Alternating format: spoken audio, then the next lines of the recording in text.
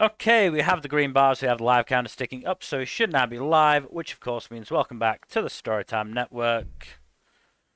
I was seriously tempted to do what Gen sometimes does at Oh, the do the start of do the our fucking D&D start of random yeah, non sequitur. yes. I Wait, will why let is you it Gary's thing? I should do a random non sequitur every time I'm on stream too. at the start of the stream. Like Gen almost always kicks off with and that's why. So for Oh, example, okay. I see. Different for example, style. Okay. the bit I was thinking of was, and that's why we here at the Storytime Network completely approve of consensual incest between adults. I thought you said we weren't going to go there. No, we weren't, which is why I decided not to do that. You just did, though. No, it's why I decided not to do that as like the opening line of the stream. Right, and I, explained No, myself. Jack, I know. I'm doing a good. You're being a silly little guy. Let's not get into that because there's like a lot that has a lot of implications that I'm not comfortable unpacking right now on stream. Now we don't have time to unpack all of that. But yes, on that note, society has failed us, so we as the individuals comprising society must try not to fail ourselves. We have great expectations for society, and they always are unmet. But no, so what I'm getting at is, oh no, I left the ice tray out. Sorry, I just saw that I left the tray of ice cubes out on the kitchen table overnight. Whoops. Well, I don't think there are tray of ice cubes anymore. No, they're not. But like, you know what? Gives me an opportunity to just like put some fresh water in there. Don't know how long those ice cubes have been in the freezer. Anyway, Yeah. so because time is at a premium, and we have somehow, as per our last stream, managed to block out stream time for ourselves to actually do something meaningful.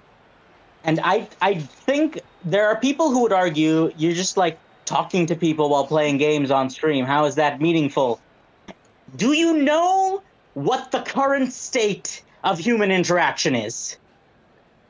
In shambles. Yes. Being able to consistently talk to your friends for 2 hours a week while playing games is a luxury and a privilege. And that is just so many kinds of fricked up. So you're saying we're taking this opportunity to check our privilege? That's not, no, we don't. No, this is not. Jack, I know you're getting on in years, but it's not 2010 Tumblr anymore, old man. I'm 30. I'm not even the oldest person in our server, in our social group, rather. No, but it is, you're the oldest here, and you're in a different decade to the two of us, so, It's Also also remember, the fucking 90s. listen, just remember that every single generation has called 30-year-olds old until they turn 30 themselves. This is just At which point their knees disintegrate into dust. Yes, I know. I've been there. Yes, we are speaking to your ghost, I'm aware. But have you considered that the person you were on your 29th birthday and the person you were on your 30th birthday and the person you are today are three different people? Well, yes, people change constantly. Anyone who says no one changes and everyone stays the same is, not actually considering how people change like quite a bit. I don't know, some people don't change. Some people change. I think everyone changes. It's just people don't change. Not everyone changes as much as other people. Hang on, I need to hearing that noise in the background. My dog has decided that there is a treasure buried under the sofa and is endeavoring to find it. Go, Biscuit, go! But yes, so again, we are three people in the call with ADHD, folks. We are going to take this opportunity to actually discuss some projects that we want to do that we have a hard time figuring out on our own and lack a time to get together to be able to have these productive conversations. Yeah. I think to a certain extent we have, well, not we, the concept of productivity has been demonized by the people who claim productivity is only a service to capitalism. Now, that's not necessarily true. Productivity isn't always a service to Yes, capitalism. I However, agree it with has that. been co-opted by the bourgeoisie. Yes, exactly. That's what I mean, is that because it has been co-opted by the worst of people who use it as a byword for exploitation, the concept of the word productivity has become a loaded term, but creative productivity, like physical productivity, like health productivity, these are all forms of productivity. Productivity is an important and necessary part of life. It's just I don't know what word to use for it. I am not capable of reclaiming the word, but it is a word that needs to be reclaimed, and I do not have a good substitute for it at the moment. Hmm. But yes, we are That's trying to be productive in ways that we actually find meaningful. yeah. And with that, So, Jack, take it away. we did discuss in our last stream the topic of video essays and constructing slideshows for the purpose of said video essays. And I had a few ideas.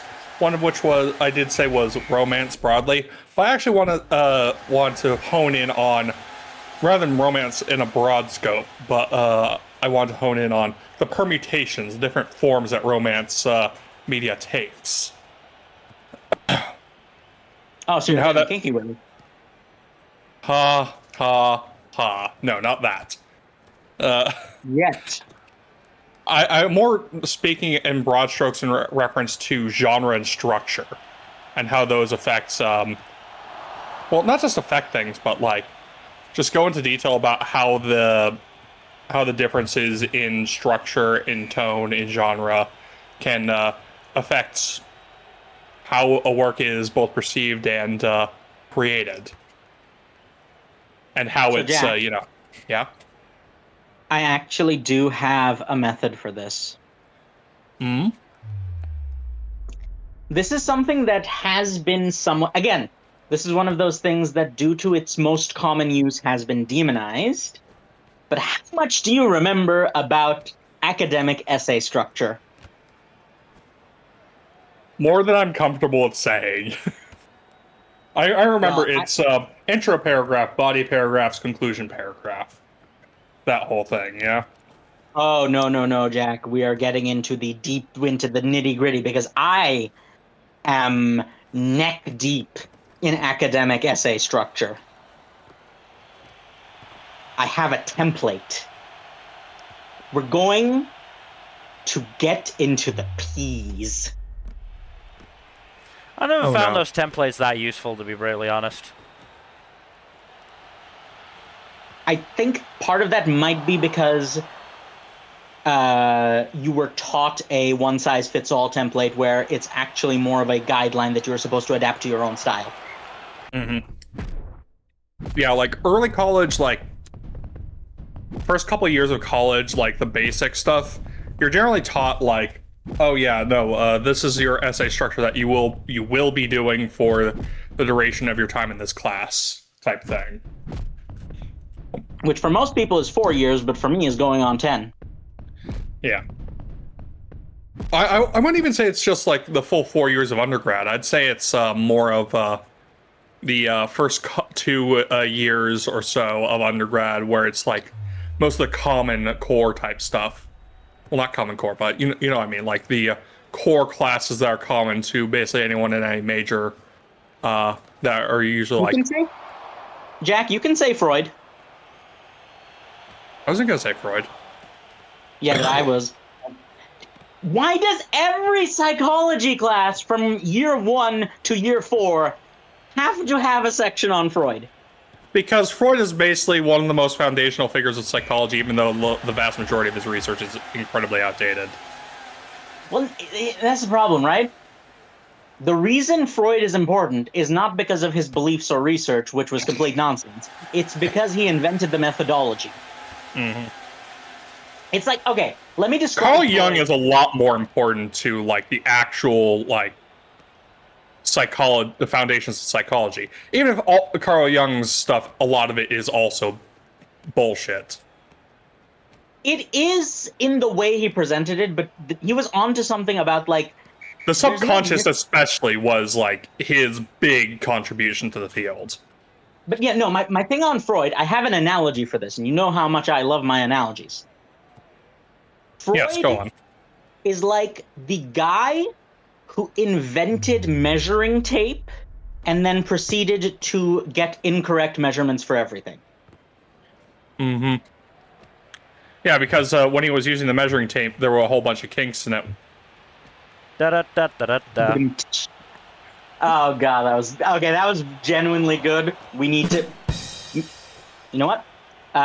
We are adding that to the Google Docs. Jack, if you're on your computer, please add that to the Google Doc. Find that. That is a great YouTube short. I'm not lying. That is a perfect fodder for clipping and shorting. Yeah. So what should how should I cite it in the Google Doc? Time code like 11 minutes, and I'll just find it. Okay. Yeah, Stream time code of 11 November. minutes. Freud kink short.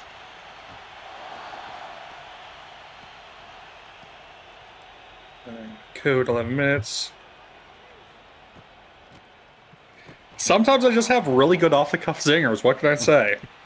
No, we have a history of doing that. I think our problem, right, is that we didn't know how to utilize them Yeah. properly, and we didn't take notes.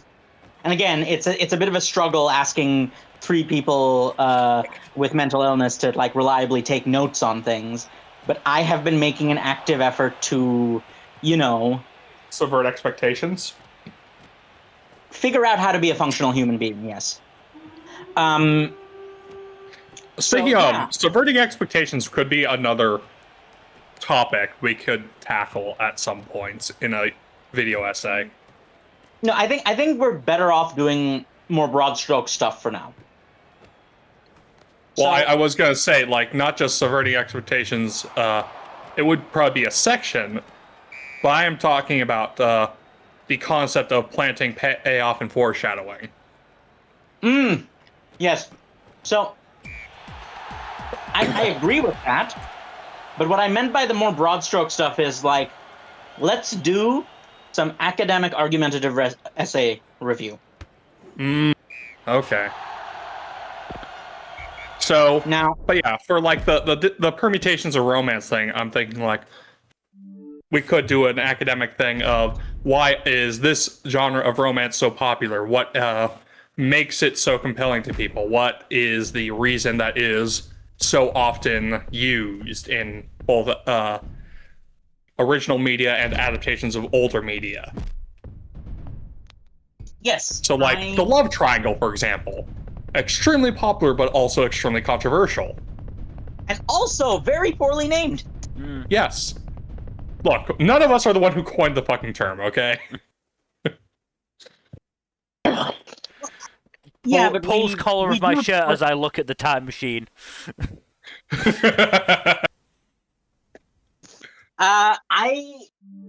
Okay, but like, hang on. I am getting to my computer now because I'm old and busted and like moving around is pain on an emotional level.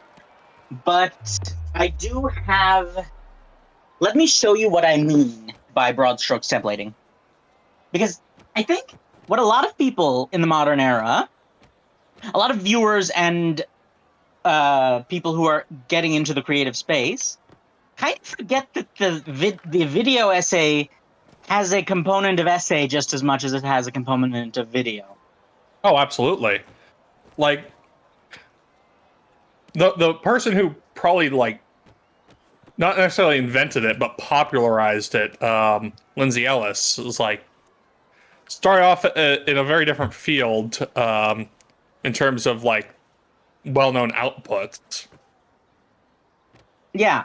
So here is what I'm going to do. I'm going to indulge in the evils of capitalism and the lack of ethical consumption under capitalism and open a Google Doc. Le gasp!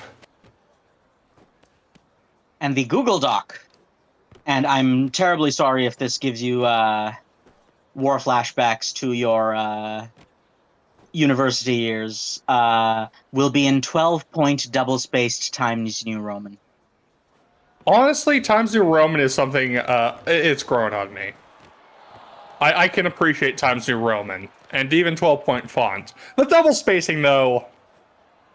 I mean, I also get why they use that. It's legibility. It's for legibility reasons. Readable, right? Like again, we're getting on in our years. Our generation's eyes are deteriorating more than they ever have because of our screen time. It's nice to have like more readable documents. When are we gonna get to the resurrection of Comic Sans as a quality font? Never. We will use papyrus instead.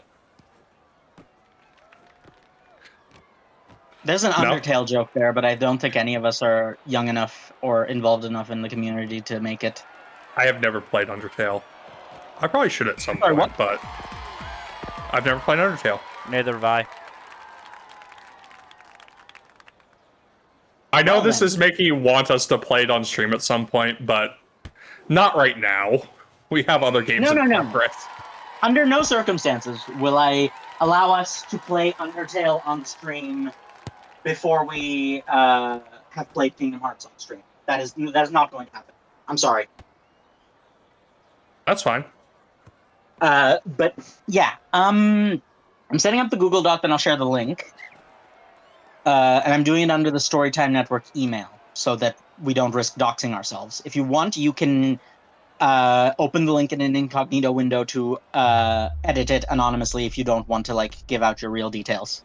That's what I'm going to be. Well, I'm going to be on the Storytime Network thing, but that's what I recommend for you, Jack, and Mill as well.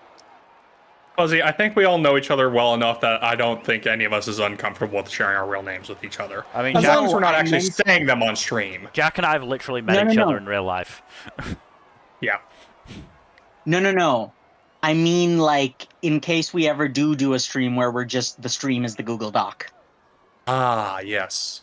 That's what I'm taking precautions for. Not against you guys. I know that you literally know my home address. I don't, but I know your full name. Yeah, Mill does, because we had to go over it because Twitch was really. Oh, have we told the story about how stupid Twitch was to you, Jack? No. I think we should go over this. No, please elaborate. You want to do the rant, Mill? I mean, basically, we were trying to do the monetization sign up. I say we, first Fuzzy, and then I joined in. And for whatever reason, the continue button for the first portion of it was grayed out, and we couldn't click on it. And we tried multiple things. We tried, changing the address. We tried retyping everything in, blah-de-blah-de-blah. We did a lot of stuff, and we eventually got to the point after, quite a while, I would say, we had to send in a support token. Jesus. We go to the Fuzzy goes to the support page, and at the top, on a banner, it says, be aware that the first part of the monetization form is glitching right now, and the continue button may be grayed out, and you have to do this.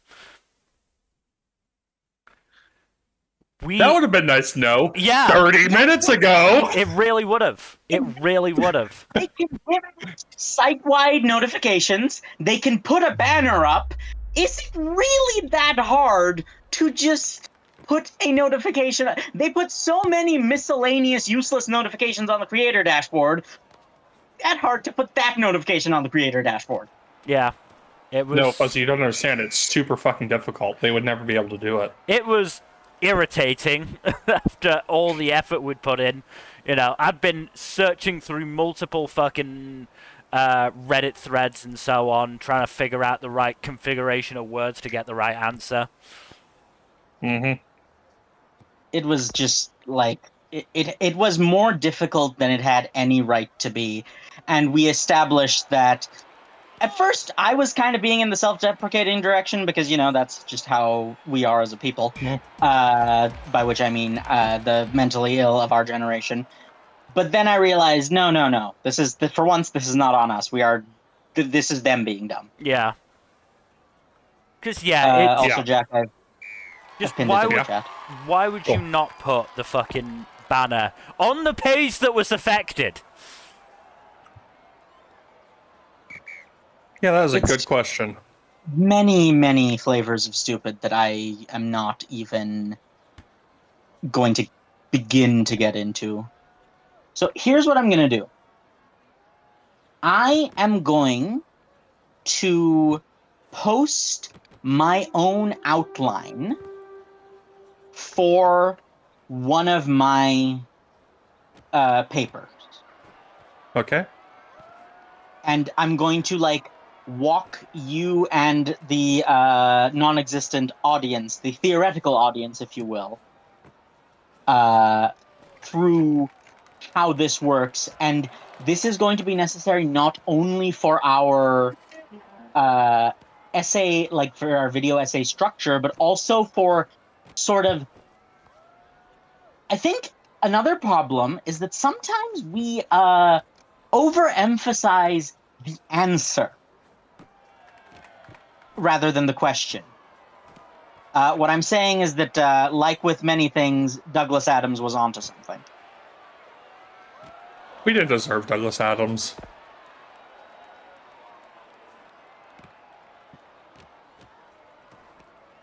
Right. So, I know it's a lot. You don't have to read it all, because we're going to be deleting most of this. But what I'm getting at is the question is very important. Right? Mm. That is how you focus your response. That is how you avoid rambling. That is how you get to the heart of an interesting topic. Yes. I love that your thesis is literally just when in doubt Karl Marx. Listen, okay, No, it's good. It's just very funny. No, yeah, I have a more formal thesis later on. I'm actually going to open up my proper essay so I can put that in the background as well. But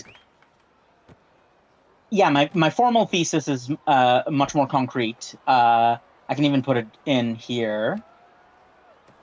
And we don't have to get too much into it because it's a political enough topic that I do not want to deal with any potential ramifications for that. But yes, this is the actual thesis that in bold. Mm-hmm.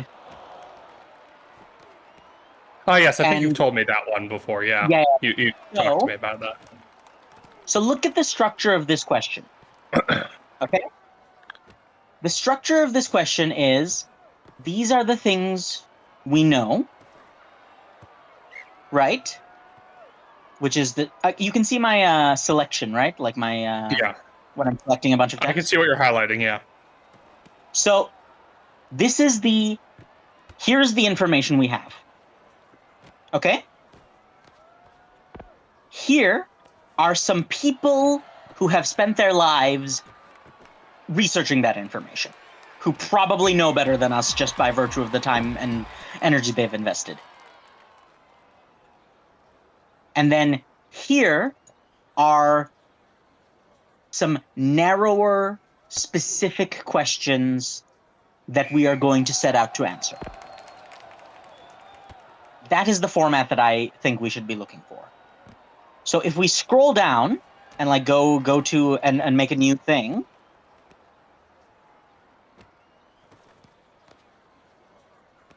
So let's say romance, right? That's too Yes. broad. So Of course. tell me, like, using that format that I've stated, what do you know? Like, what Romance we know. is No, yes. hang on. I'm making the template. So Okay. we will answer the questions after we make the. So what we know. Who knows better, right? Like, and I don't mean to demean our own knowledge, but it's just by better I mean who has already done research. Okay. Okay. Yeah, That we can I say. wasn't planning on going that deep into it, but yeah. But that is. But if you think about all of the best video essayists, that is what they do. Like True. that's the difference between a proper video essay and just like my soapbox rant. Yes, I'm using myself as a negative example in this case because like yeah, it's unstructured. The difference between a stream and a video is structure. And structure I know is difficult for us. Believe me, I know. But that is what we have to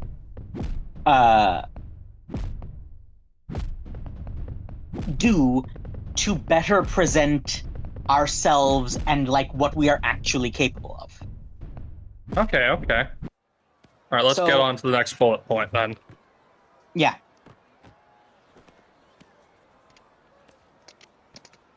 So we narrow it down with three, the rule of threes, you know, people Yeah. have rule of three. We narrow it down with three specific questions on the topic. And then, you know,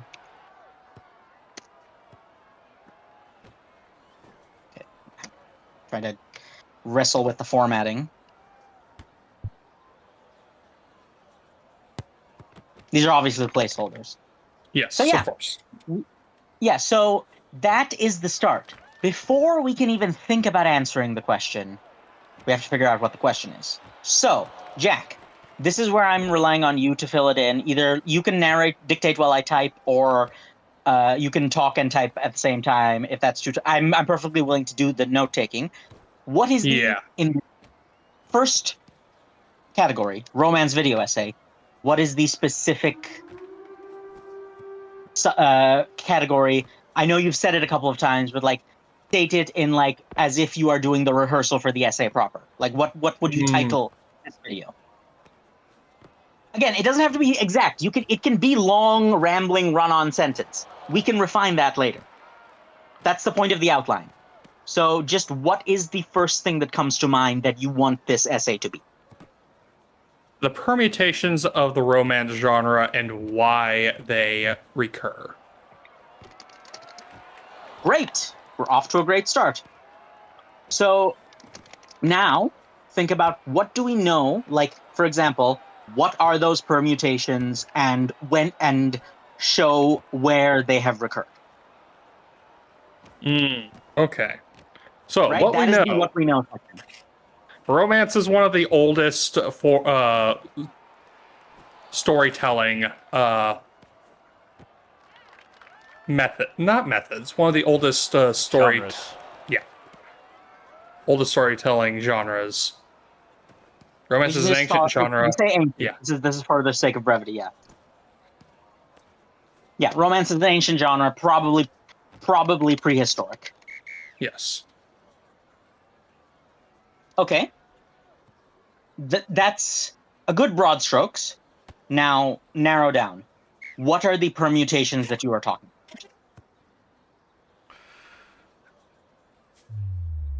Let's see how to phrase it. Okay, you mentioned love triangles. Well, I was not Right? going to say that in terms of genres. That's a trope that I was going to get into one of the three specifics.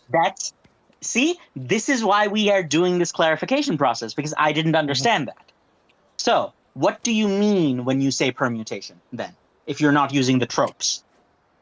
So the tropes are part of the permutations. However, the broad permutations, which will then break down into the tropes, so we're narrowing it down. So Okay, so what are those broad permutations? broadly speaking, romance tends to take the form of either a tragedy, a drama, or a comedy.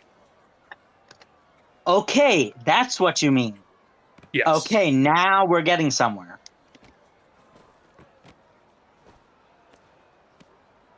It's an advantage. Okay, so what do we know so far? Romance is an ancient, probably prehistoric genre.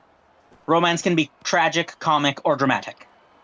Mm-hmm. That's good. That's a good starting point. Do you know what I would suggest? Go back here.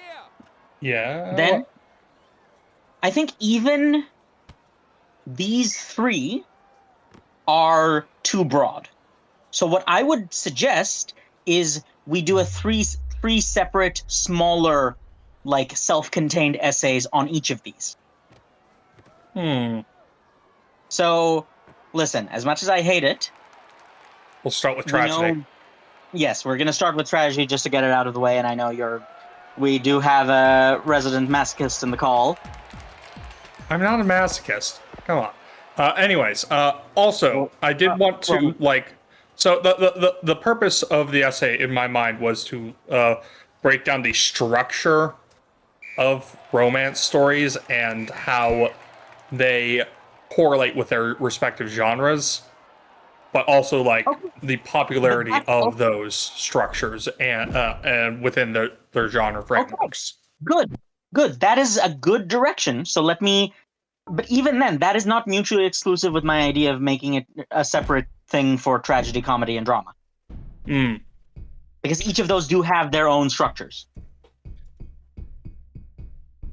We can do the broad structures, and then we can talk about how they interact with the specific permutation. Mm-hmm. Does that work? Yes. So one specific thing I wanted to get into is... One sec. Yes, go on. Yeah, go on. Sorry.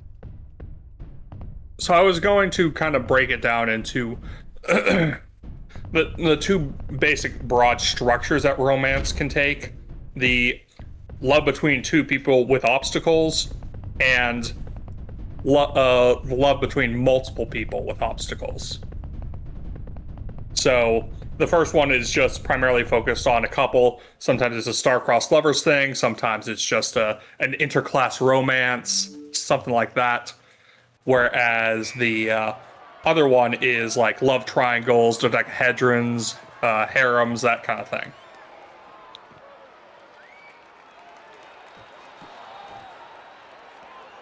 So what you're basically saying is PvE versus PvP romance. Kind of. I wouldn't categorize... It's kind of an apples and oranges thing. Yes, but no. If we are going by the framework of obstacles, then in the latter case of love between multiple people with obstacles, then each other competitor is an obstacle. Ah, I see what you mean. That's what I mean, right? Like, you have to nail down a specific framework. Mm-hmm. Because frameworks are how you structure and it's how you deliver your point effectively. Okay. And of course, the last thing I want to cover is, of course, how these stories end. And that's how it intersects with each genre, flavor. yes. Yeah. Mm-hmm. Like, for example, harem romances are almost exclusively comedies. Like, you rarely see, like, anything with, like, multiple, three or more suitors pursuing the same... They're comedies unless it's about ghosts in a hot spring, in which case the author is a mad lad. Yeah, mad lad is too complimentary, Fuzzy. I know, but like it's really funny. It's an everybody sucks here situation. The author is also a dick, but you cannot say there was not a significant chunk of the community that deserved it. Do you want to I mean, explain I can, for those of but- us who aren't aware of this? I think we discussed it on talked stream about before. yeah, the Yeah. Yuna and the Haunted Hot Springs and how that ending was a clusterfuck because they the author set up a harem ending and then fucked it up. Okay, By, so yeah, spoilers for Yuna and the Haunted Hot Springs. Basically, the author had the characters say they were all okay with a harem ending, and then specifically went out of his way to make it a monogamous relationship, and then showed every other girl in the harem in various states of suffering in the epilogue because they did not get into the relationship. Yeah. Overall, I think it's kind of a dick move by the author. It's outright sadism, yes.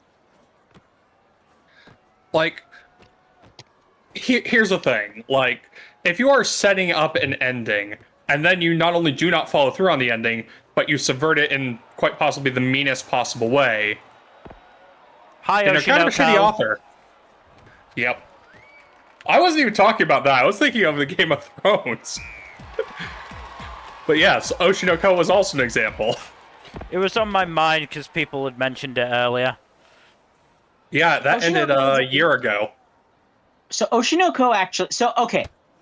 This is a bit of a Hanlon's Razor situation. Not exactly Hanlon's Razor, but I think Oshinoko's ending was more a consequence of bad writing and refusal to adapt, whereas Yuna's ending was outright malice. Yes. Right? Like, Yeah. that was outright malicious. Oshinoko is more like, it's still a bad ending, but it was not from a place of malice. It was from a place of stubbornness and And/or laziness, incompetence. yes. Yeah. But yes, so this is what we have so far. What do we know about the permutations of romance? Romance is an ancient genre, probably prehistoric. Romance can be tragic, comic, or dramatic. Let us narrow down to each one, talk about the broad structure of romance as a genre, and how they interact with each flavor. Love between two people with obstacles and love between multiple people with obstacles are two of the most broad meta-narrative structures. Then we focus on the obstacle angle and see how each story ends, which intersects with each individual flavor. Yes. So I think that can be the each of those genres can be the three specific questions on the topic. Okay, yeah. Yes, because, and here's the difference. That is true now, and the reason it's true now is because we've reframed the question. Mm-hmm. Do you see what I'm trying to say? I think Because so. so if we were to frame them as we are just going to talk about tragic, comic, and dramatic romances and how they and how they interact with permutations, that would be too broad. But instead, we are talking about the meta-narrative structure of romance and how they interact with each subgenre. We're essentially going top down instead of bottom up, if that makes sense. Yeah. Right? We are starting from the bigger picture and narrowing, whereas the other is almost like starting from the narrow picture and broadening. Yeah. And We're kind of doing like a reverse hourglass. Well, no, it's a pyramid, right? We are starting with the base of the pyramid, as opposed to the top, because the point of a video essay, because I'm bad at phrasing, is the point. Right? So we stick it with the pointy end. Yes. And that is what we have to remember in our framework. Okay? Is that we have to make sure that rather than starting from a point and building outwards, we are starting outwards and building to a point. Oh, yeah. Now, does that make a bit more sense? Yep. That's what I mean by reframing. Also, I apologize if I am being condescending at any point. Please call me out on it. I think I'm entering teacher mode because my family business involves teaching. Teacher mode's fine. I'm super out of practice with with this kind of thing. It's been a better part of a decade for me, so. And honestly, this isn't in itself something we can turn into a video essay. You realize that, right? Oh, of course. Like, we can probably edit down this session of planning, and it can be a functional video on its own. Mm. I've always wanted to get more into the educational or edutainment side of content. Mm-hmm. That was where that is where the name Storytime Network comes from. Is thinking about stories. So yes, again, I'm getting off topic. I don't mean to toot my own horn. Again, if I'm seeming either condescending or overly arrogant, please slap me down to earth. No, Anyway. this is a rather innocent arrogance. Listen, do not. I try not to get that song stuck in my head. Okay. It's a good It's song. really You don't need to. You should not be ashamed of that. It's a really good song. However, sometimes I have played that song on loop for hours. We're talking about the same song, right? The Japanese one. Yes, the opening song for Heavenly Delusion. Yes. Do you know what's funny is I actually did not have that experience because I just went to a bunch of playlists for openings because I know openings usually slap. Oh, of course. So I have not ever. I didn't even know what. I have an entire playlist of anime openings where I don't know what each song is the opening to what anime. Damn. Yeah, no, I knew it was an opening. I had no idea what the anime was. Yeah, it's Good song, Heavenly we recommend. Delusion. Yes, so we are going in order of the order in which hurts Fuzzy's brain the least. Okay. So you're gonna want to do the indent there, yeah. Yeah. So most tragic romances. actually, no, we're getting ahead. No, so sorry. This is my mistake. We are getting ahead of ourselves. We forgot point 2. I don't know. Is the thing. No, okay. Here's the thing. When I say who knows better, I phrased it poorly. What I basically mean is let's talk. Let me just write down the main example and we'll go from there.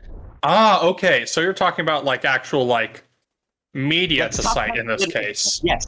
Basically, we will talk about them. So here's how we do it. And I'm gonna have to go back to a more meta template discussion. But scroll up. Remember, look at each of my sections for my essay outline. It is point, evidence, analysis, significance. Mm-hmm. P's. Right? So, These are good. Yes, they are more tasty than they are given credit for. They're honestly, I think peas are an underrated vegetable, as long as they're not mushy. Mill.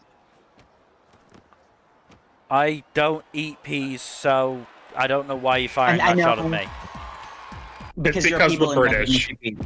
Yeah. You My can't blame me for problem- every issue with the British. No, I'm not blaming you. My problem is not with the British as a people. My problem is with the abstract concept of the British. Those goddamn Take it up British with William the Conqueror. Yes, no. Fun fact, William the Conqueror, he was in fact an otter. I'm not going down that rabbit hole. William Let's the Conqueror was refocus. French.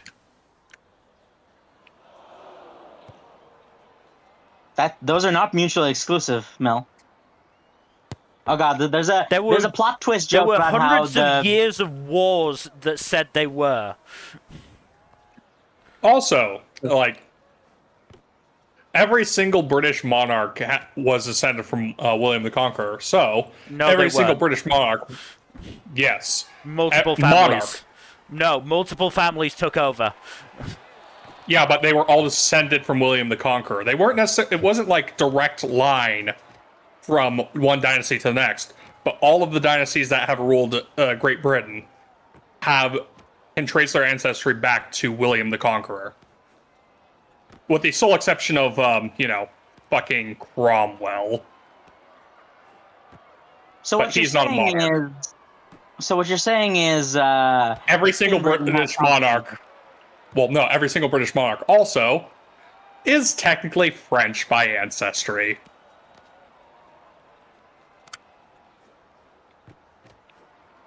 there's a very deep philosophical piece of critical dramatic irony that we can draw from this. We will have a video essay on that. We're not doing that video essay right now. How despite their hatred for the French, the British were the French the whole time. Yep.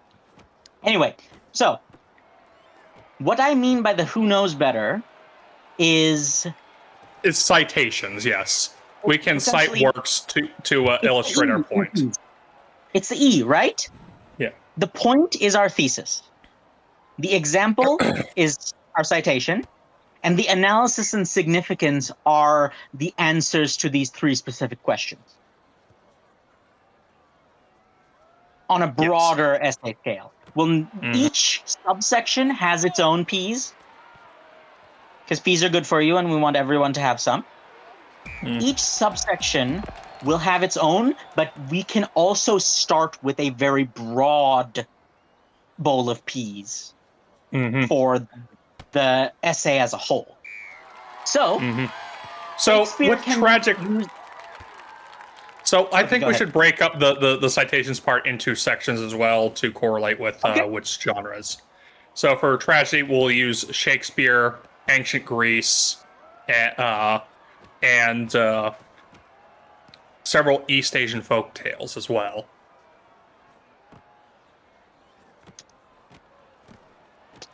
Okay. Honestly, we can use Shakespeare for tragedy and comedy. Oh yeah. Like, we're going to talk about Romeo and Juliet because that is kind of, It's one of the greatest comedies ever written.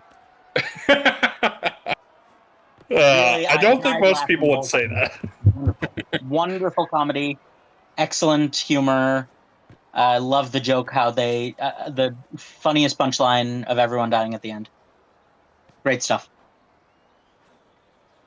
So you watched the DiCaprio movie.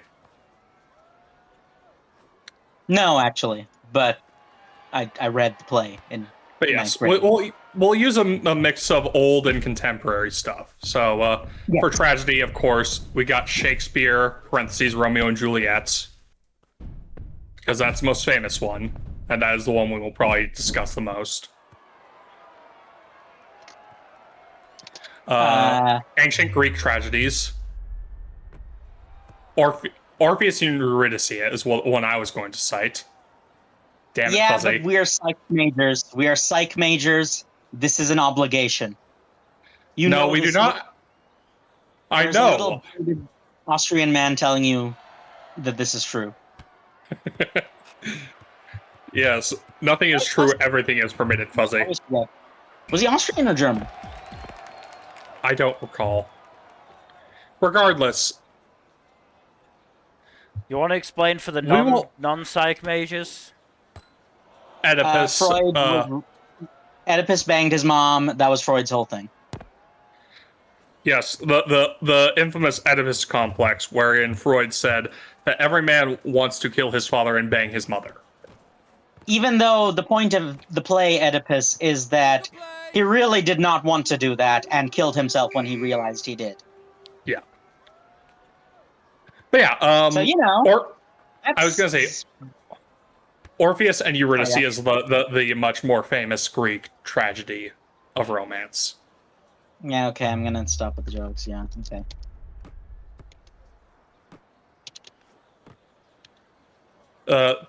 It's a Y and an I.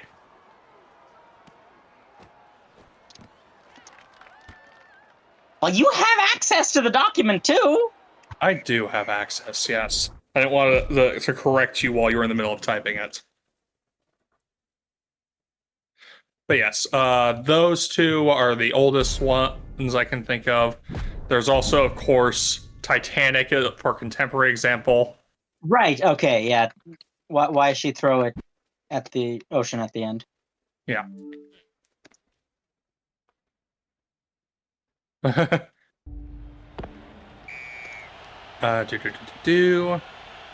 I guess you could call the Great Gatsby one, though I don't think romance is the focus of No, that. no. Remember, rule of threes. Okay, so we'll stick with those three for now, at least. Yeah. So yes. Okay, we have a format. Oh now. wait, no. Hold on. One more. Let's do a queer tragic romance as well, because let's get some representation in there. Brokeback Mountain. Okay. Okay. So we'll talk about that. But yes, I do agree.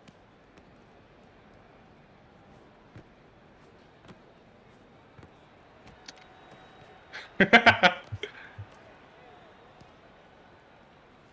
know Yes, what we are about in this house. That yes. exclamation mark should not surprise you. I still have to. I have not watched that show in its entirety. Which show? It's a movie. What movie? Community. Ah. Oh, I thought so. That's what the joke's Okay. from. Oh no. Oh, okay. See, I've been co-opted. I meant that in the original meaning of the exclamation mark, not as Yeah. like a comment, but like. Okay, you know what? I'm gonna clarify. Ah, yes, that's fair. That's fair. That's what I meant, Yes. right? Like I dislike that the exclamation mark has been co-opted by meme humor. Yes. It is an expression of excitement. Yes. So, okay. Romantic drama now. That is interesting to discuss because while it does fold into tragedy, it's not necessarily tragic by nature. However, most of the oldest examples of romantic dramas are also tragedies. So I also have another. However, early example we can use: Pride and Prejudice. Okay. So under the tragedy umbrella, I'm going to add one more thing. We don't have to do all of these. We can pick and choose. But there's one course. thing that we would be remiss to not mention. Ah, yes. The Epic of Gilgamesh, the original / pairing. The original doomed yaoi. Yep.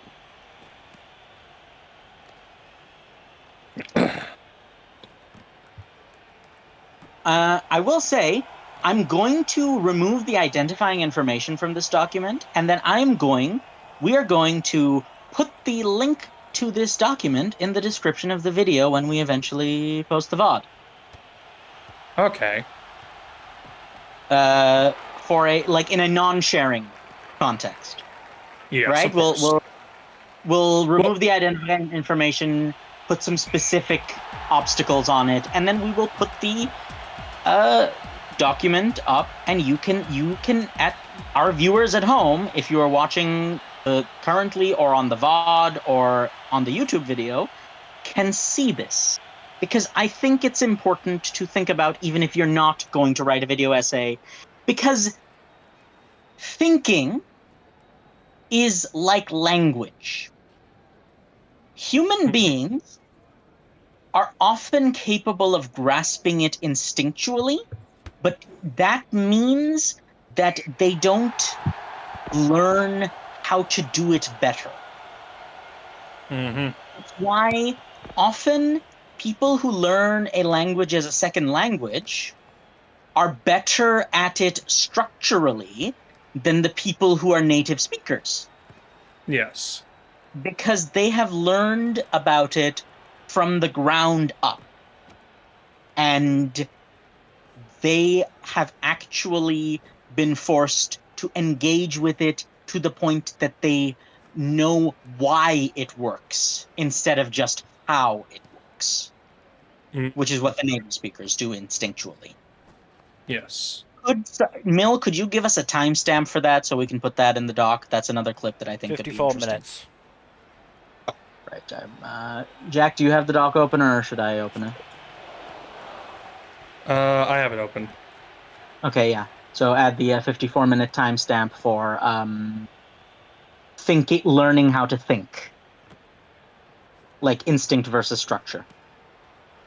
I'll just put learning how to think. Yeah. Because that's the thing. Even if you don't want to write a video essay, this will still help you learn what you are like, how to better engage with the media if you think of structure like this. Mhm. Set. Like, here's the thing: we We are all should- neurodivergent, I was and gonna say we should probably try to refocus here.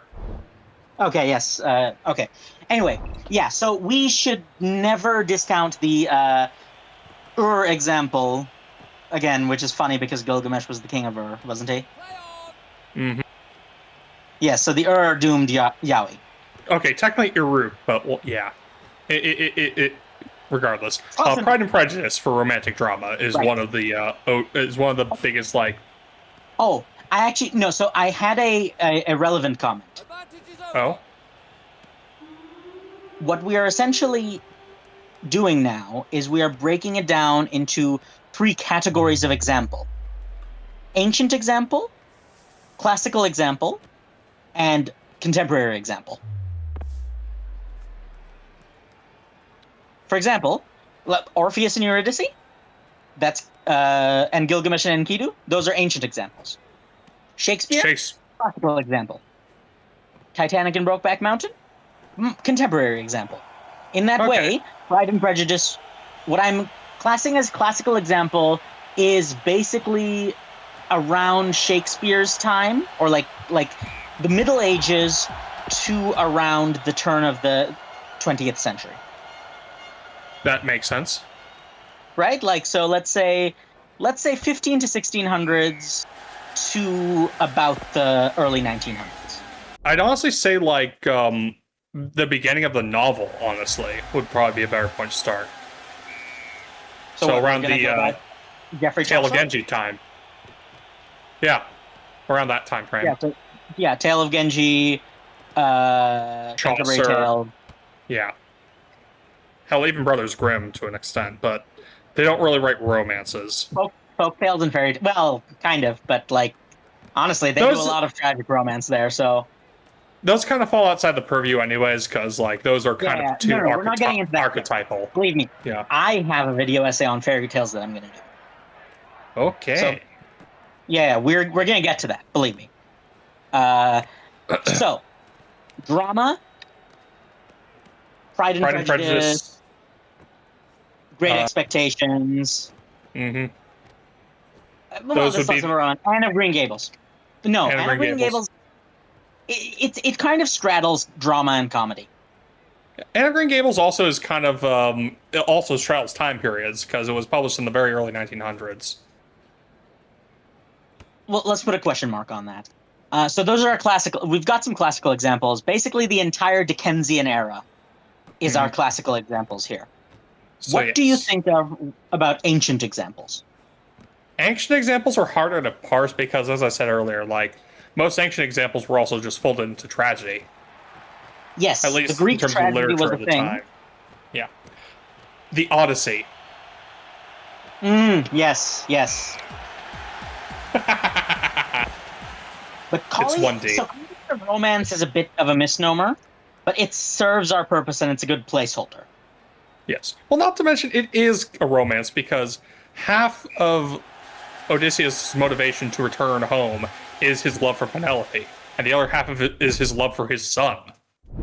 But then we have to kind of get into the question of is a novel romance if the only romance is the character's motivation, or does there actually have to be interactions, romantic True. interactions on screen, right? That's what I mean. But yeah, no, it works as a decent placeholder for the time being. Yes, and then contemporary, we got a lot of examples because I think contemporarily, you know what? Bloom into You. Let's go with Bloom into You as one. And I was actually going to say, Interview with a Vampire. Ooh. you Spicy. see where I'm going, yeah? It's not exactly a tragedy, but it's very, you know, like It's deeply homoerotic. well, I mean the remake, it's outright gay, right? I Yeah. think that show is underappreciated. I've not watched the show, so I cannot speak to its quality, but just the way that it has restructured the plot makes it a very interesting take on the story. Right? Even if the show itself is not good, and I don't know if it is because I've heard good things about it, the way that it is retelling this story is a very interesting and clever idea. So I do think it counts. Yeah.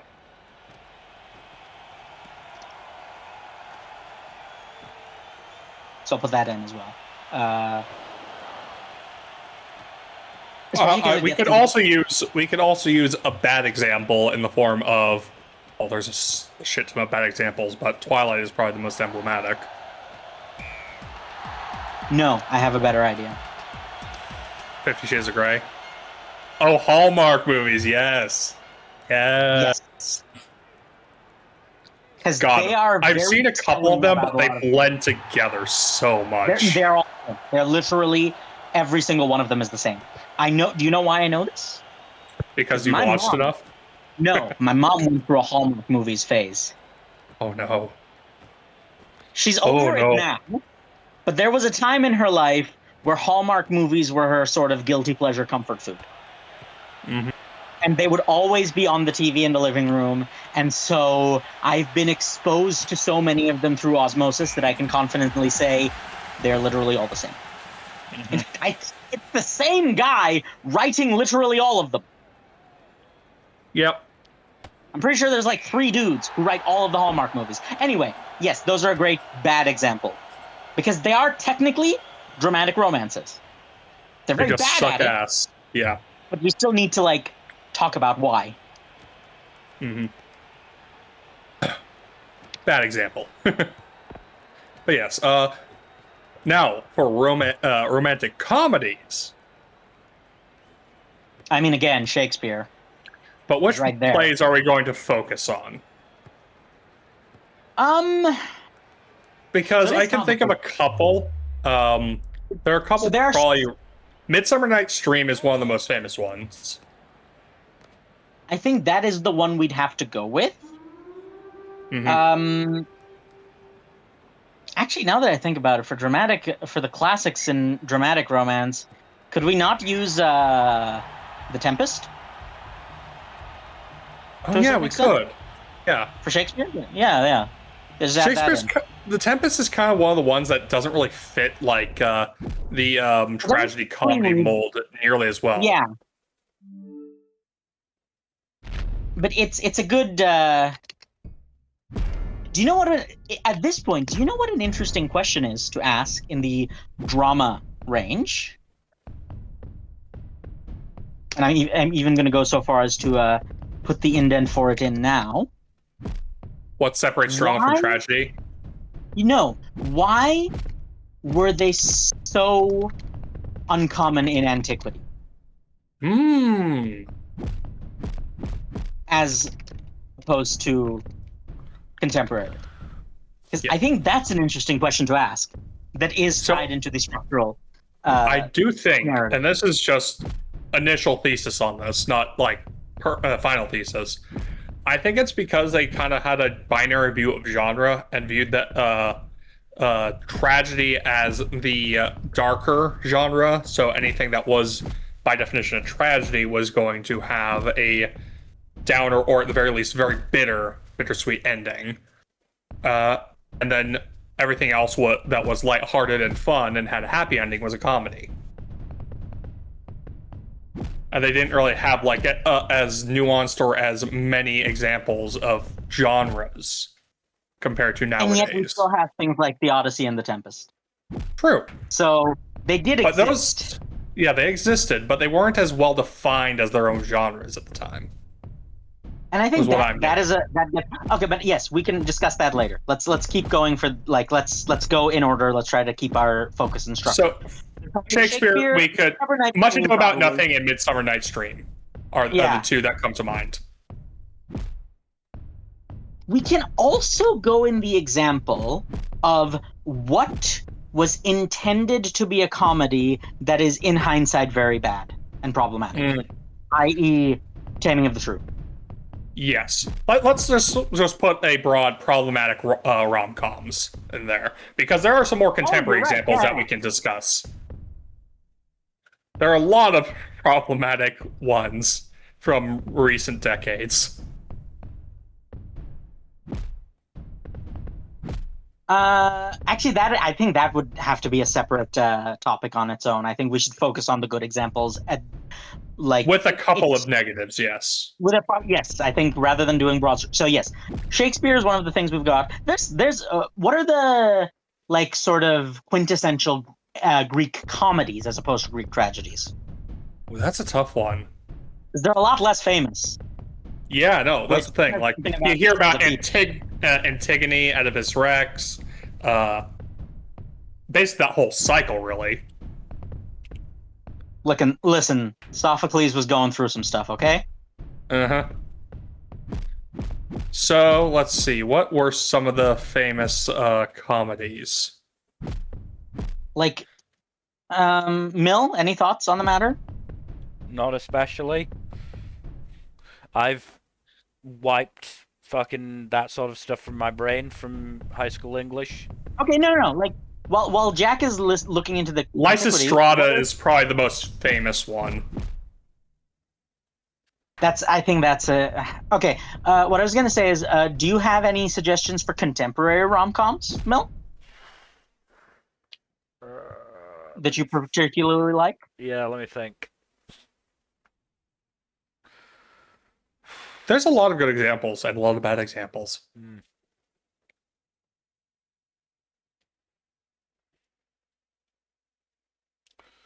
I mean, in the world of live-action films, there are more rom-coms than you can,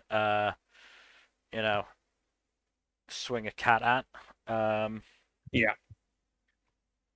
Like, we could look at Judd Apatow for some examples. But a lot of those are sex comedies as well. That's which is in and of itself a sort of separate. That's a whole other topic. Yeah. So I'm on the Wikipedia page for ancient Greek comedy. Yeah, no, it's pretty. It's we're gonna have to like look into Aristophanes' stuff. Let me see. Again, the only one I can think of like by name is Lysistrata. Yeah, Lysistrata. It would have to be there. Yeah. And that one is also a sex comedy, funny enough. The Birds is one I vaguely remember by Aristophanes. But it's very telling, right? That as they're much less popular. And that is something we can think about. Okay, you know what? In keeping with the theme, why are ancient comedies so much less known than tragedies, even though there were a lot? Yep. Right? That's an interesting question we can ask in the comedy section. But yes, so I guess we just for placeholders. Lysistrata, yeah. Shit, what was I gonna say? Will the Tale of Genji be considered a drama or a comedy? It's a bit too complex to actually get into that.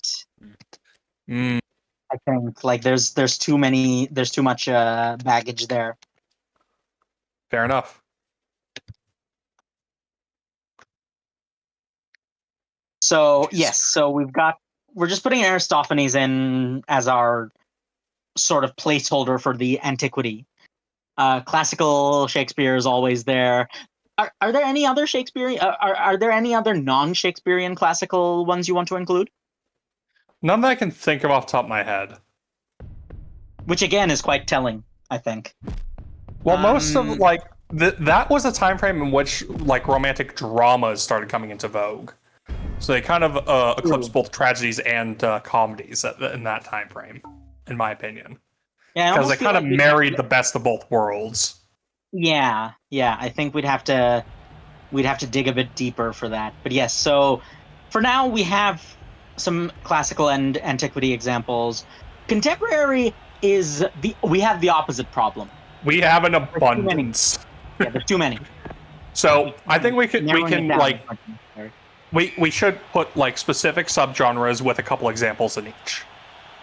So, or we could just pick some examples to choose from.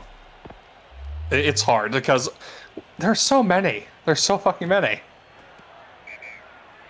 Yeah, I think So I do want like we should talk about at least a little bit about harem rom-coms because that does affect the meta narrative versus genre discussion.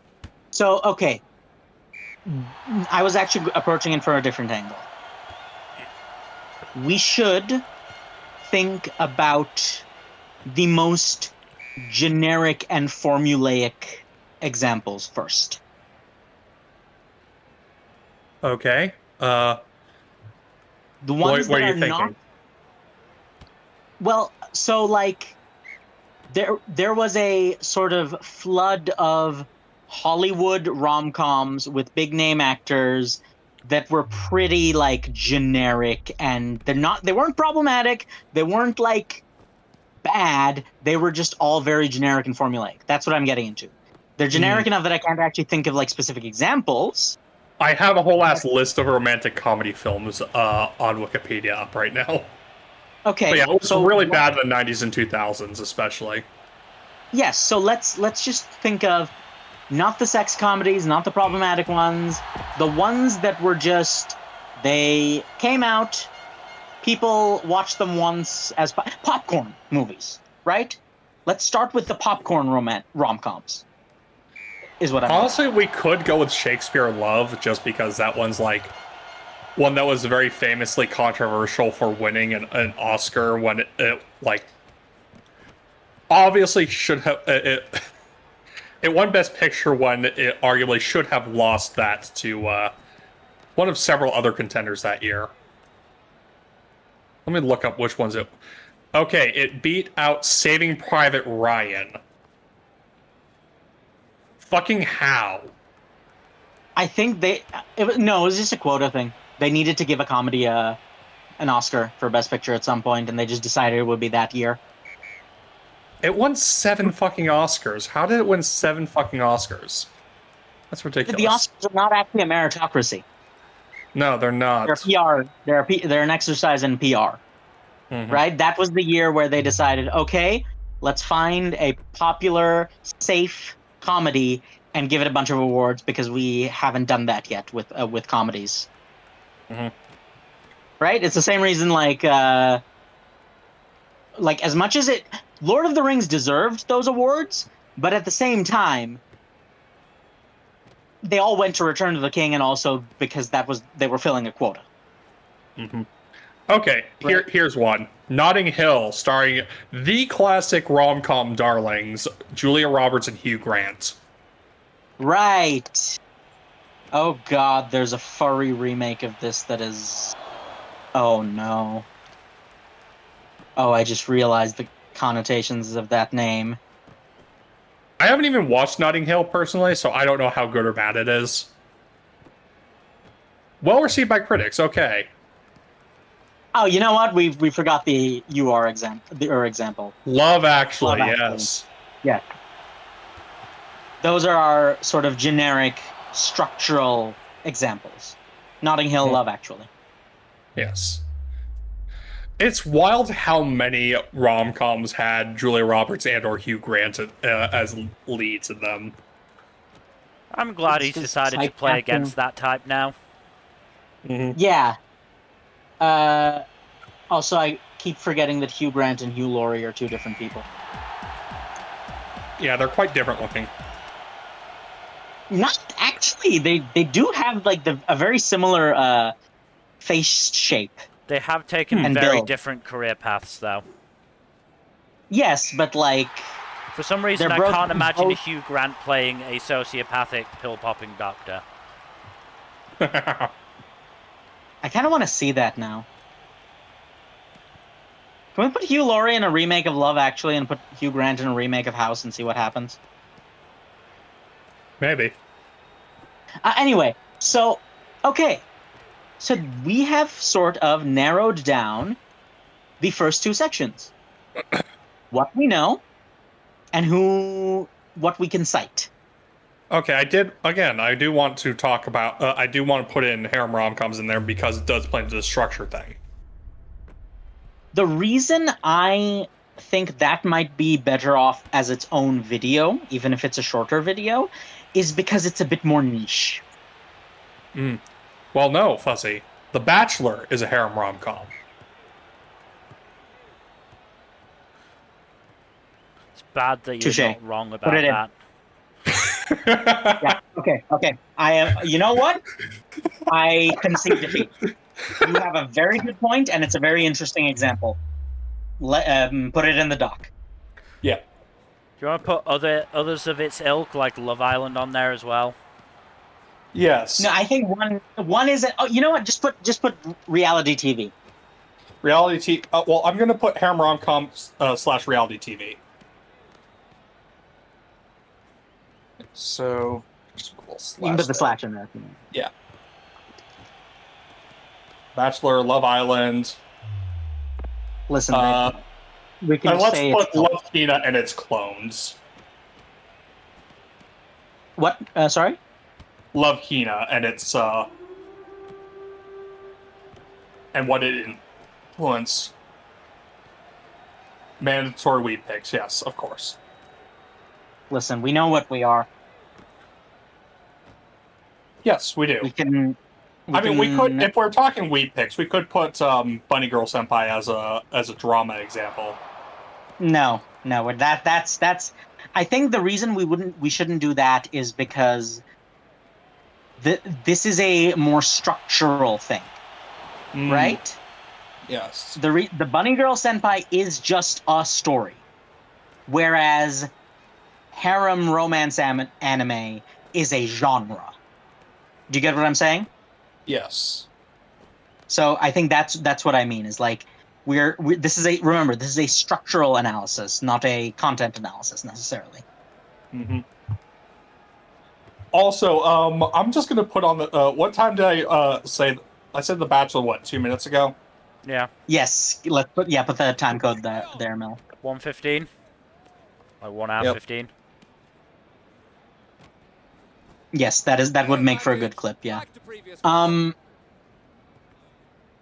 So yes, we've got the topic. We have got the examples. So we have the P and the E in P's. So now we get to the A.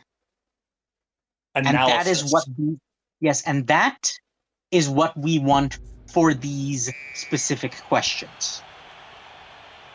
Okay? So here's how we want to design these questions. What is our point? What is our topic? The topic is the various permutation. Also, why they recurred is something I feel we have not paid enough attention to yet. And I think that's what we can get into. Yeah, So we can get into this. So P and E are the permutations of the romance genre. A and S are why they recurred. Yes. Why they occurred Does that make and sense? yeah. Why they occurred and not just why they recurred, but why they recurred in the way that they did. Use. So, but we do need to so what we need to find now, that is okay, you know what? I'm going to put in another section. Oh. The broad question, as it were. Okay. What about this interaction, because we are talking about the interaction between the meta-narrative and the genre, Mm-hmm. caused them to recur the way they do. Mm-hmm. Is that what you're getting at? Or feel free More to or change less. this. Yeah, we'll get into it at another point because I'm not 100% on this particular thing, but yes. Yeah, So, that's the point of an outline. This is a first draft. We refine it as we go. but yeah, interesting thing to note. Like, we did talk about it a little bit, but the rise and fall of the different genres in romance. Because, like, while we've always had romantic comedies, like, the classical ones, or the antiquity ones, don't really have nearly as much staying power as the Yes. ones from Shakespearean times and onwards. Especially nowadays when they've had like a kind of sort of renaissance. Whereas tragedies have kind of like faded away in contemporary times and been replaced by dramas.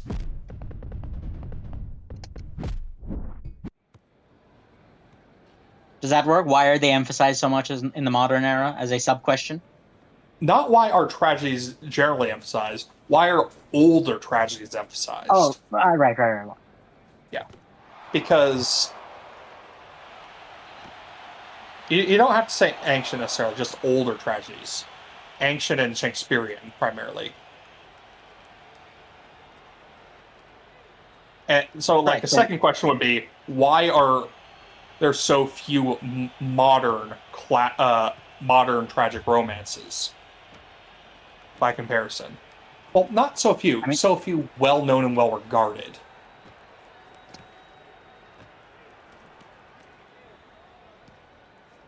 Advantage. It's a ball. I mean, I think I have an answer to that question, but that's getting into an entirely different topic. Yeah. Advantage over. So, okay. So another question we can but put under drama is, how did why and how did dramas supplant tragedies in modern romance?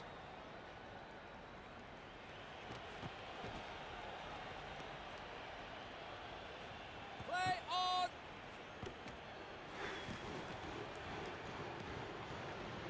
And I guess in that same vein, I wouldn't even say like in general in the modern era. I would say specifically in regards to romances, because there are still plenty of tragedies. no, because we're talking about like romance. That is implied. Okay. Fair Right? enough. Fair enough. That bit is implied. Since the topic is romance, we're not just gonna suddenly break away and do a metafictional analysis of all literature. Okay, I do have an addition to that in that vein in the comedy sense. Then Go ahead. why are Crouch. rom-coms Line. relatively unchanged throughout history? I would argue that I.e., sex comedies. in Right? some Do you get case where I'm getting? it's See what I'm getting at? yeah. So in some case I say it's the if it ain't broke, don't fix it mentality. But yeah, no, that was a good question because a lot of ancient Greek comedies rather had a sex comedy aspects. You could remake them in the modern era, and they would read like a Judd Apatow film, almost like word for word. Oh, 100%. So yeah, so I think these are a good place to start. But I think these are more narrow. These are more like sub questions. What are the broad strokes questions for each of these genres? So what we need to do here is We're talk talking about the about structure and how they interact with genre. yeah. So what is go ahead. So this is a half joke question, but what is the primary predominant structure of the tragic romance, and why is it always star-crossed lovers? You know what? I know you're joking, but that is a great broad question. Why do people default to star-crossed lovers? Because that is something we can see throughout history, and like what causes that to recur? Because remember, we're talking about recurrence. That is our broad theme. Yes. So that can be our broad theme, and then these can be sub questions Yes. for that, right? So what would be a similar question for drama and comedy then? Like, what are the most common? I guess why do sex comedies appear in every era? That would be the secondary question, I think. Okay, The so what primary do you think would question. be the broader? Well, keep that question. Keep that question. Just have it. Put another question in front of it. Oh, that. No, That works. I just put it as Yeah. an addendum. Yeah. Oh God. What? Don't worry about it. I got it. Anyways. Yeah. No. What is it about the rom-com that allows it to have so many different meta-narrative structures compared to the other genres? Okay. Yeah. Because Okay. rom-coms are actually like much more narratively flexible than dramas and tragedies in terms of like the various permutations of the romance and meta-narrative. Yeah. Why do rom-coms have so much internal narrative variety? Yeah, exactly. What is it about the interaction between that Romance and and comedy, yeah. romance? The meta. Yeah. Well, yeah. Okay. Yeah. Exactly. Yeah. So now we're at drama. What do we do there? So, what's caused? No, that's not right. Where does the dramatic? What is the core dramatic narrative structure, and where does it come from? So, like, what's the that's really it. Like, what even is the romantic drama, right? Like, where does that structure come from? Yeah. what is its structure, and where did it come from? Yeah.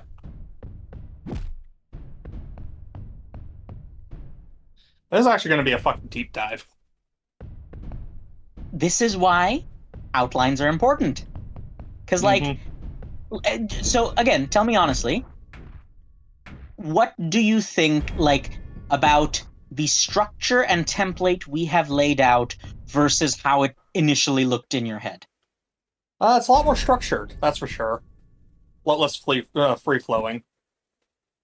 But, like, do you think that makes it, like, in a bad way or a good way?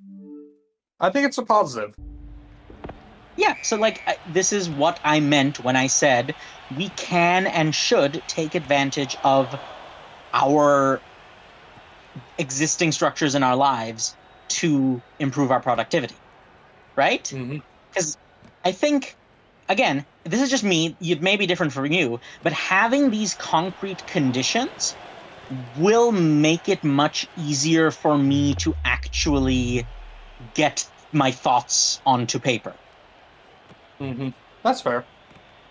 Right? Like, I don't know about you, but like the fact that there is this structure means I can actually I have thoughts on all of this, but now I can say, okay, these are my thoughts on this. Rather than sort of having to look for something. It's prompted versus unprompted recall. Yeah. Now, we're going to also have, like... We're going to have a lot to talk about with this, because we could probably throw together, like, an hour and a half easy of discussion here. Listen, first of all, long-form content is actually, like, more incentivized by YouTube a lot of the time. But second of all... Most video essays are optimally, like, between 40 minutes and an hour and a half. Yeah, like 45 to 90 minutes is kind of the sweet spot. But also, we can also divide it into smaller chunks. Yeah, we could have chapters. Yes. In fact, I think we might have to, but so here's what I'm going to do. I am going to turn this into the private template. Then I am going to create a new blank document. And I'm going to make it Times New Roman 12-point font because because APA, the American Psychological Association, has ruined my brain. It's not just With that. APA citation. Yep. Good old APA formatting. And I'm going to name it Video Essay Public Template. Right? I'm going to make it anyone with the link can be a viewer only. And I can add you guys to it later, but we don't even have to do that because we can just access it from the email. So anyone with the link is a viewer only. And then I'm going to copy paste all of the stuff that does not contain my personal information. Mm-hmm. And we can keep updating it as we go. Well, So go ahead. So I think we just make public the initial outline, because I do want it to be like a surprise. What we ultimately come out with, you know. Okay, then let's work on editing that. Well, what do you think? What we have I here, think what we have here is fine for the public documents. I just think the private documents is something we will work on more, and we will leave the public documents alone for now. Okay, so you're saying you know what, let me share the link. You can only view it for now, but like we don't need to do anything more than view it because you can just tell me what changes you want me to make. Real quick, if I can find it, because navigating in Discord is a nightmare. So open up that link, right? That's the public template. So this is the one where you want to open it anonymously. So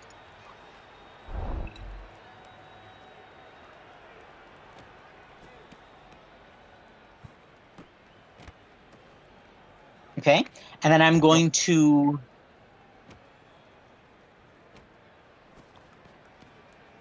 instead of romance video essay, call it topic. Yeah. Right? Yeah. And of course, we're going to bold it. Bold the headers. For better, bold the headers. Put in the specific thing, and rather than research, I'm going to call it works that we can cite. Yeah, that is a bit broader and a bit more flexible. Mm-hmm. And then I can say maybe make those bullet points. You think so? Yeah, I think so. Okay. So yeah, each genre works as a bullet point. Okay. And then here's our broad question, which is, again, a bolded subheading. Mm-hmm. Which, again, it can be simple, it can be complex. That's fine. And then we already have narrowed down with 3 specific questions as a sub, and we already have the subheadings and the bullet list and the indentations here. Yeah. So you're happy with this being the broad strokes thing, and then in the private template document, we will actually do like work on this. Yes.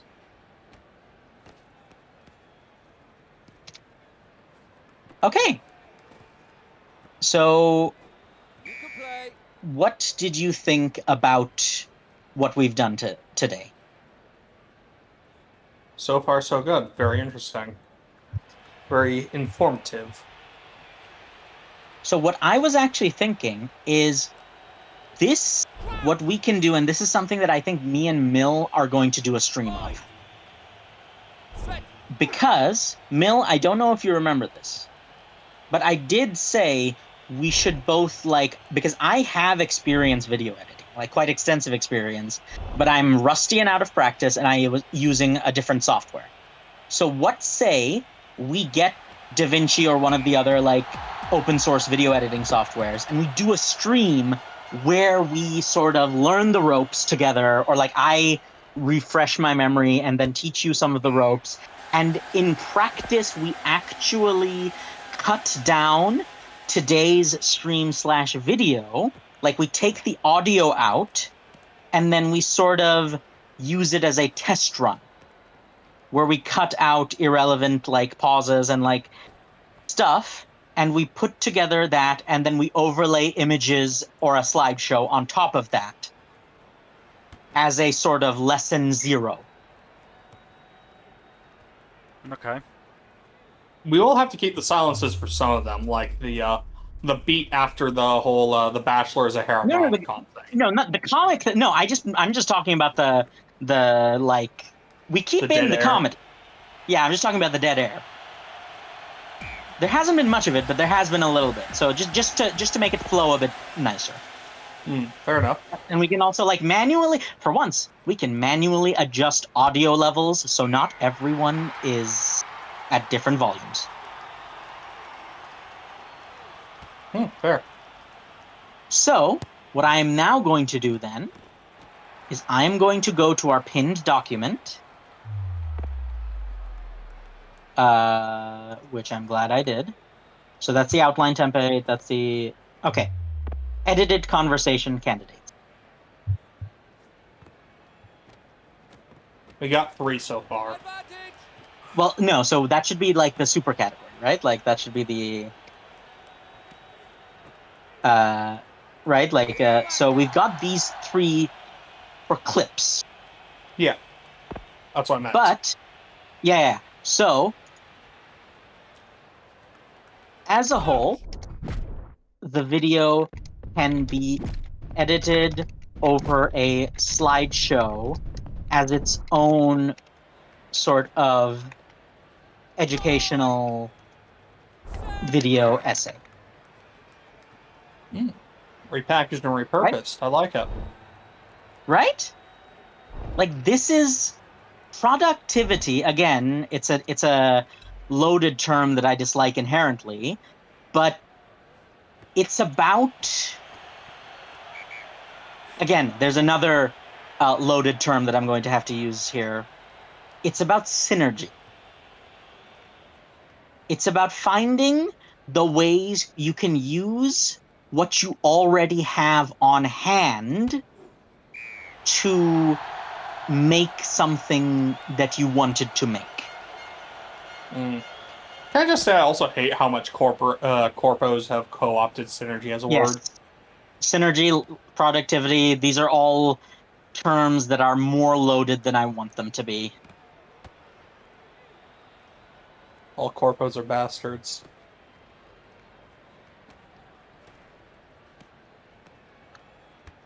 But yes, so If you Mill, want- sorry, go ahead. Oh, I was going to say something off topic. Go ahead. So Mill, what I'm suggesting then is we pick a date, like a regular stream day, where we do, and we can set up the software beforehand off stream, and then we just like go to this video and on stream ourselves sort of editing it down. And I think for that, we can use Parsec. Because you and I, Mill, you and I have experience using Parsec to play PS2 games together. So what I'm suggesting is that it'll be much more convenient if if one of us just streams the software from Parsec, so we can both interact with it live, and we can demonstrate by we can both edit the same video. What do you think? Sure. Like, it's a bit more involved. And Jack, that's not to say you shouldn't be there. I think even if you don't want to necessarily learn the editing part, which, as a side note, I think you should, you can also sort of use it as a practice run for the slideshow component. Also, Right? Yep. Yes? There's something I did forget. for the tragedy portion of the examples. There sure is a lot of doomed queer romance in Yes. contemporary. Yeah. Okay. Yeah. So doomed Yuri / Yaoi is something we can discuss. I'll just put that in there. No, I have. Allow me to. Contemporary I have a doomed. Yes. Here's no, because there's a systemic thing. Okay.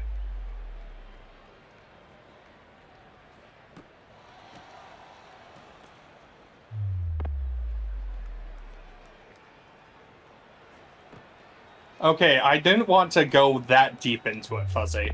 That would be an entire topic for another video, honestly. You know what? Like, you can crank out like a 45-minute to an hour long video essay on that subject.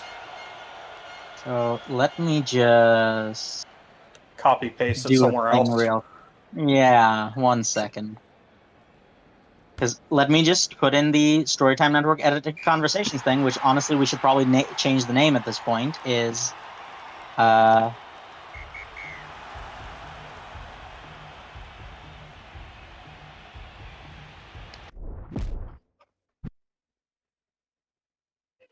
Yeah, I'm gonna There. just. Yeah, you can put your thing in, but I think that is in itself a topic all of its own. Oh yeah. So what I'm going to do, rather than edited conversation candidates, I'm just going to put in edited video candidates as the name. Because while it is important to do like the conversation specifically, the videos ideas are also a thing we can put here. You can go ahead and delete your original thing there Right. as well. Find it. So actually, we could probably put Brokeback Mountain under that whole Under that, label. yeah. Umbrella, yeah.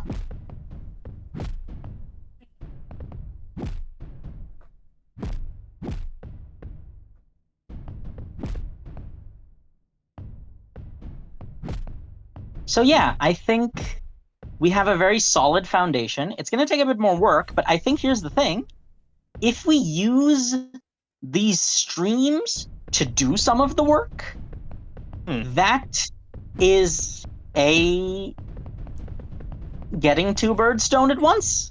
Because we have content that we are actively making, and we are also being productive about future creative endeavors. And that is the thing that I think is something we need to start like thinking about, because we have this unique privilege of having this sort of consistent 2-hour block of time multiple times a week where we can do this sort of thing. Now, Mill, I understand that you're like quite tired at this point. Yes. When I type in the word "doomed" into the Google search bar, you want to know what the top 3 results are? Doomed Yaoi, Doomed Yuri, and something else. It's doomed, meaning doomed Yuri and doomed Yaoi. Yeah. That's very funny. But yeah, so Mill, I understand that you're like quite tired, and I understand that this can be a bit overwhelming. How do you feel about this sort of thing moving forward? Nah. Like I said, Speak on that. I don't like planning. Planning just bores me, and it doesn't help me that much. So it's hit or miss for me, because sometimes I just fucking winged it with an essay and got like a fucking A on it. After just like collecting a few quotes here and there, and I was fine. Other times it was like I actually had to plan it out. So okay. it really depended for me. Then let me pose a question, Mel. If it's not this planning, if it's actively like working and doing like with the editing, do you think that would be better? Like, do you think you would enjoy that more if you're actually just working with it hands-on immediately? I don't know, dude. Like, I don't know, is the honest answer. Okay, we can talk about this more off stream, but I think this is... I've done most of what I wanted to do. I can do one more thing. In the private template, I am going to post the full essay that I wrote based on the outline that I showed. And that can be, we can go over that later if you want, or in your own time, or whatever, whether you want me to go over it or if you want to go over it in your own time. We can look at how we translate this template into an actual finished product.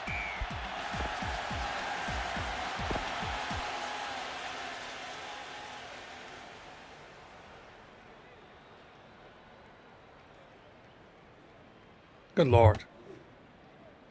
Listen, it's an academic essay. Like, this is sort of how we got to go. Actually, no, that's not too not the longest academic essay I've ever seen. How long is it? Oh. 6 pages. In I wrote a word count? 10-pager once. Or 12-pager, actually.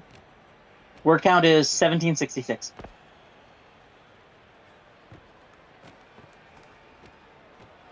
Is that including footnotes? There are no footnotes. Then citations? This is my first draft. There are no citations yet. You don't put citations in the first draft? I just do everything on the first draft. I don't really have a second or third draft. I mean, same.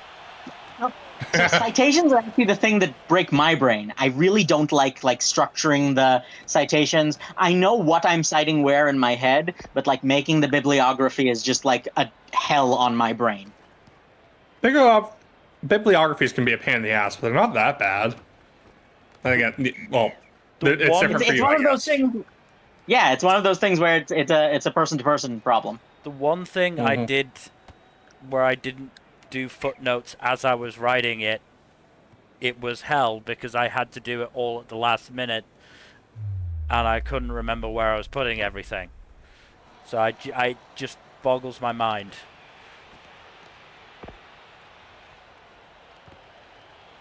Not to mention on like longer essays, I would like be putting information in footnotes. I also think, like, at least in my experience, we have not really done footnotes in my university. Set. It's mostly just in-text citations.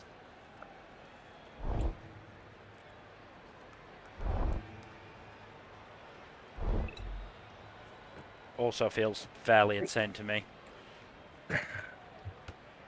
Again, it's just a structural difference, I think, and yeah, I think. But yes, this is not an obligation to read. But if you ever want more information, this is what I have found success with, personally.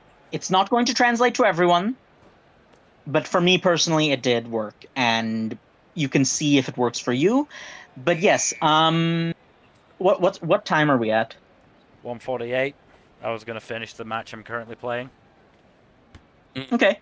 I will say, I think I've run out of things to say. Does anyone want to, like, make some closing comments then? To fill out the last 12 minutes? So, let's see. I did a rewatch, well, not rewatch. I finished watching, whatchamacallit, Creature Commandos. Which is a pretty fun show. That is a name I have not heard in many a moon.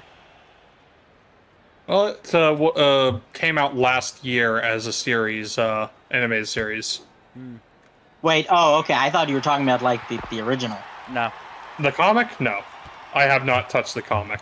I've seen bits and pieces of Creature Commandos, and I like what I've seen. They all seem like quite fun characters, especially G.I. Robot. Yeah, no, he's great. There's a sequence in episode 3 where he's slaughtering a bunch of Neo-Nazis. neo-Nazis to the tune of the song "Coin Operated Boy." I also the cast is unreasonably stacked, Mm-hmm. and by which I mean they have Alan Tudyk somehow. They have Alan Tudyk because I'm pretty sure he's friends with James Gunn. Oh, there is no doubt. If nothing else, I'm fairly sure this is something that I've heard, the choreographer for the Peacemaker opening dances, like the intro dances, is Alan Tudyk's wife. Okay, that makes this all make so much more sense in context. And James Gunn is very unashamed at putting, his friends in the stuff he works on. Which is fine, because they're all talented enough to get away with it. Yeah, I'm gonna say, like... I don't have a problem with this kind of nepotism when it's warranted. Yes, you can get away with nepotism if the final product is of good quality. It's really not Is it really nepotism if they have earned it? I mean, is it not nepotism that Michael Rooker is in everything that James Gunn works in? I mean, he's earned it. He's earned it, and he's great. I love him. But the fact is that he's played 2 different characters in the DCU now. Fortunately, they're pretty minor characters. Oh, so no, it's they not have really both a big issue. died, Yeah. fairly quickly. But, it doesn't... The fact still remains. Yeah. Alan Tudyk is also the voice of one of the Superman robots in, Superman. So, he gets around.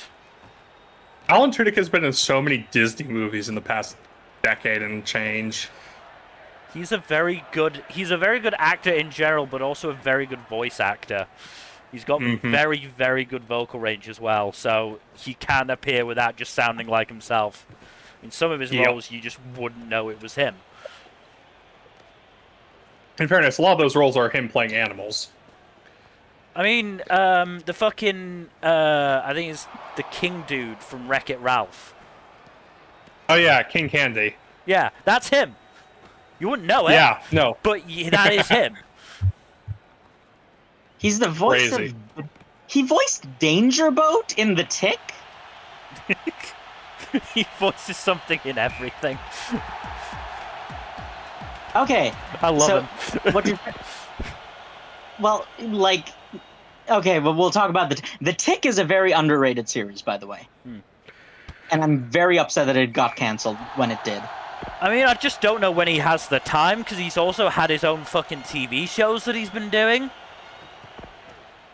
Yeah. Resident I'll look Alien. up his... Yeah. I'm looking up his filmography right now. I'm just... I too am on his Wikipedia page because we all have mental illness. He was in A Knight's Tale, Ice Age, I fucking love him in Dodgeball. He's great in Dodgeball. Right, he was in Patch Adams. I remember that. He was, of course, in Firefly and Serenity. We would be doing a disservice to not mention that he was the titular robot of iRobot. Yeah. Seeing as the, production decided not to mention it. Or the marketing, Yeah, no, I should say. they For some promoted reason. the fuck out of Will Smith instead. Even though, like, that is... To be fair, Will listen. Smith was probably at his height then. Oh yeah, no, he was definitely peak popularity at that Yeah, but time. in terms of quality, Alan Tudyk carried that movie. I mean, yes, and that's the 100%. reason why they took him out of the marketing. I Because didn't he realize he was was in the Ice overshadowed. Age movies. He seems to be doing... He seems to do just miscellaneous voices. Yeah. He does a lot of them. Oh yeah, he was the Duke of Wesselton in Frozen. Holy shit, he voiced Superman. In which particular animated property? Justice League War. Ah, Yeah. One of the lesser ones, unfortunately. Still, good role get. So, okay, this is a very interesting filmography because it's very clear that he is a person who can get big name roles, but he does still do a lot of small roles. It is very funny Like to me that he voiced the Duke of Wesselton in Frozen, and then he voices Duke Weaselton in Zootopia. I knew That it is was a in very funny. Zootopia. It's entirely possible that that was just an intentional decision. Oh, that was 100% intentional. It's very funny though. Very little funny meta joke. But yeah, like he does a bunch of bit parts, but he also does a bunch of like it's very clear that he can get the major roles when he wants to. So it's interesting that he does add his voice to so many bit parts. I have a feeling it is a case of he wants to be working as much as possible, and if he just takes big roles, then they're going to take up all his times, whereas he can do, a dozen small roles in the same amount of time that, maybe one or two big roles would happen. Like, I'm looking at his TV roles, and he has been listed as a main role in like maybe half a dozen of the shows he's been in, out of dozens. I mean, there are only really two TV shows that I can think of that where he was the main character, and that was Resident Alien and Con Man. Okay, so he's a DC fan, huh? Well, he was also MODOK. He was also Arcade in the MODOK animated series, so it's not Yeah, like it's an but he exclusive thing. Yeah, but he played three separate characters on Young Justice, including Green Arrow and Captain Cold, and he played the Flash and Batman the Brave and the Bold. Yep, and he's also Dr. Phosphorus in Creature Commandos. Yeah, so there's very much there's a clear bias there. Also, it's very funny that he's voiced two different Clayfaces in two different shows. Yeah. Because he was Matt Haig in Clayface in Creature Commandos. I think he was Basil Carlo Clayface in Harley Quinn. And, of course, Joker in Harley Quinn. He does a very good Joker. He does. Like, I know Mark Hamill's the most iconic Joker voice actor, but, like, Alan Tudyk does a pretty bang-up job. If you had to get your second choice for a Joker, Alan Tudyk is not a bad backup.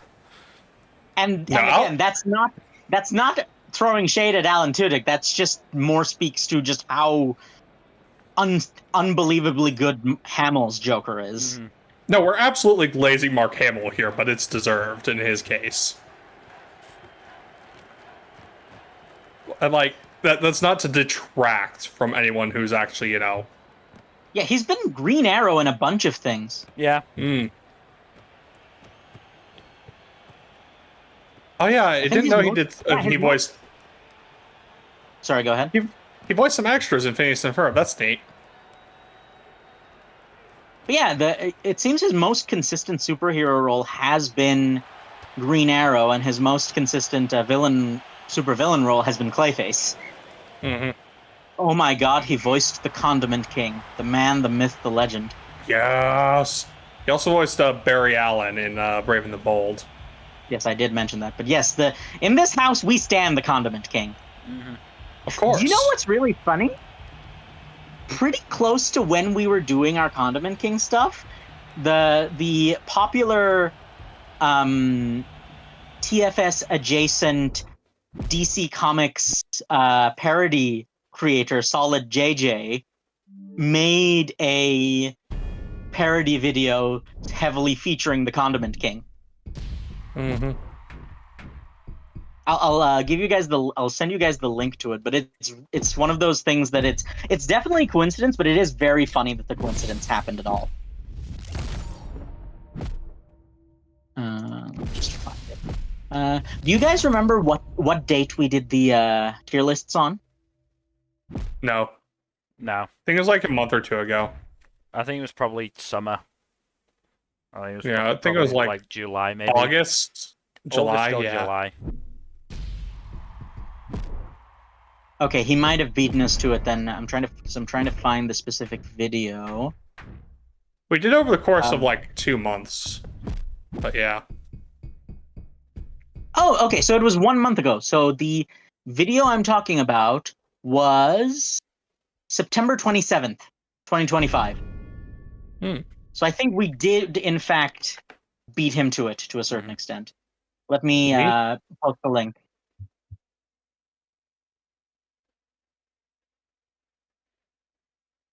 It's also just a funny video, but like, Anyway, I finished my match and we've hit 2 hours, so we can probably wrap up here. So yeah. Okay. thank you So everybody thank for you, everyone. I'm sorry. Go ahead. thank you everybody for watching. Hopefully you enjoyed. In terms of future stuff, Tuesdays, Thursdays, Saturdays, and Sundays. Please do give us a follow here on Twitch and all that YouTube stuff.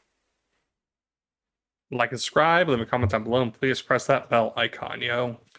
And And otherwise, as an addition to the YouTube stuff, this time, we will do our best to have the link to the document we were talking about in the description of the YouTube video. So if you are seeing this on YouTube and you want to just look at what we talked about, it should be there once this is up. otherwise, again, thank you for watching, and hopefully we'll see you on Saturday. Sorry, I'm keep mixing my days up. Good night. Later. Bye bye.